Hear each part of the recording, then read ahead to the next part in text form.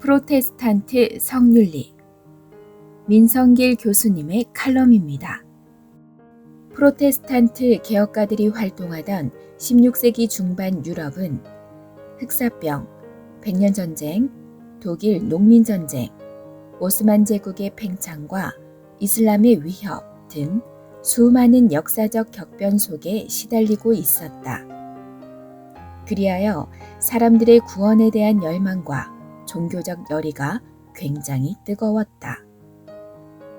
당대의 카톨릭이 여러모로 부패하고 변질된 데 반해 프로테스탄트는 믿음으로 구원을 얻고 진리의 근원을 성경에서 찾는다는 기독교의 근본적 복음의 교리로 돌아가 대중의 종교적 갈망을 성취시켜주려 했다.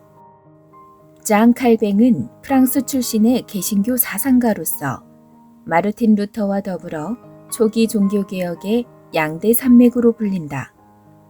종래의 카톨릭 교회가 부자가 천국에 가기 힘들다고 말하며 무소유의 미덕을 주장하던 것과 달리 칼뱅은 열심히 일하고 검소하게 생활하여 부자가 된 것이라면 그것은 하나님의 축복이라는 깨끗한 부자, 즉 청부의 교리를 내세웠다.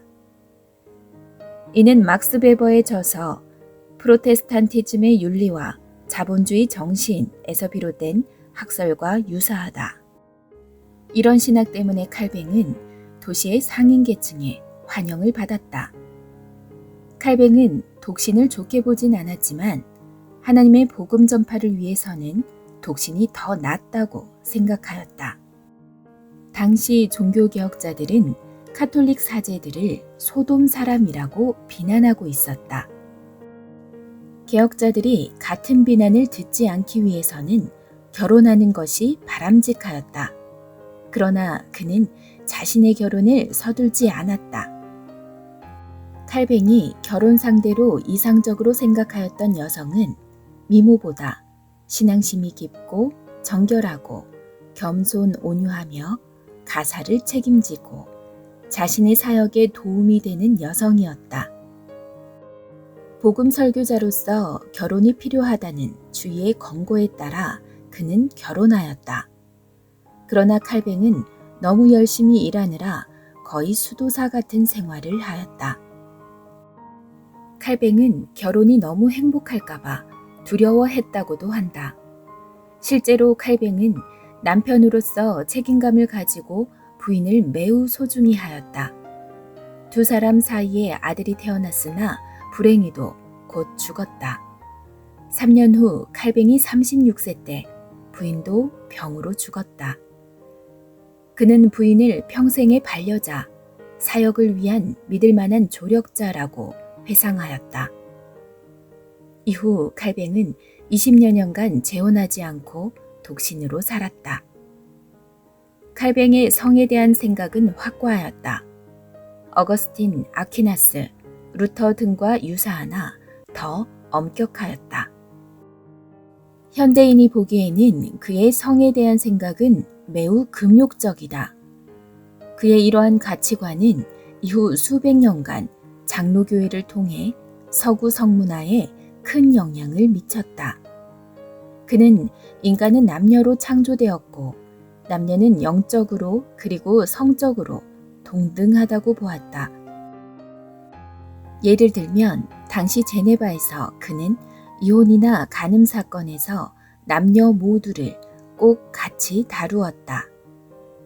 그는 수많은 설교에서 성적 결합의 쾌락이 어떻게 정당화되는지에 대해 말하였다. 그 핵심은 남편은 여자가 성에서 만족하도록 해주어야 하며 여자도 남자가 만족하도록 해야 한다는 것이었다. 이런 생각은 루터와 비슷하였다. 당시 여성관이나 결혼관에 비하면 매우 현대적이었다. 그는 부부간의 대화를 권하고 학대를 금하였다.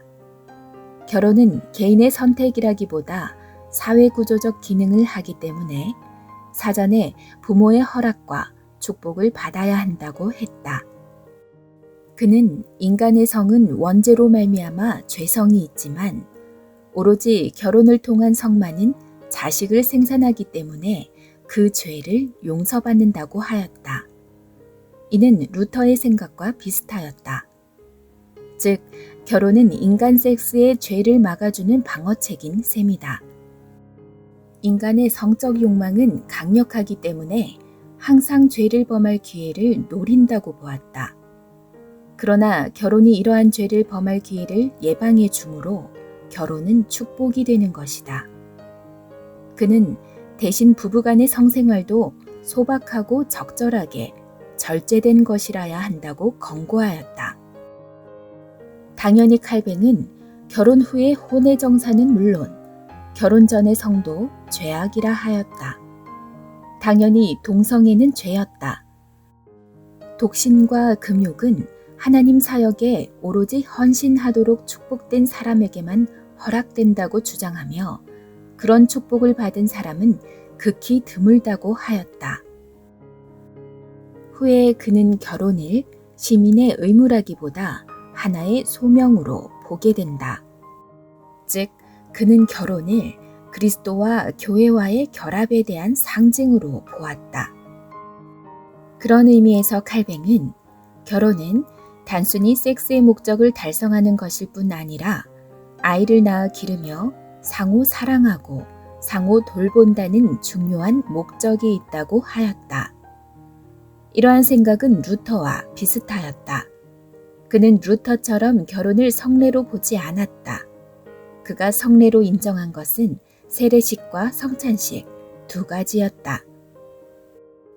지금까지 민성길 교수님의 칼럼이었습니다.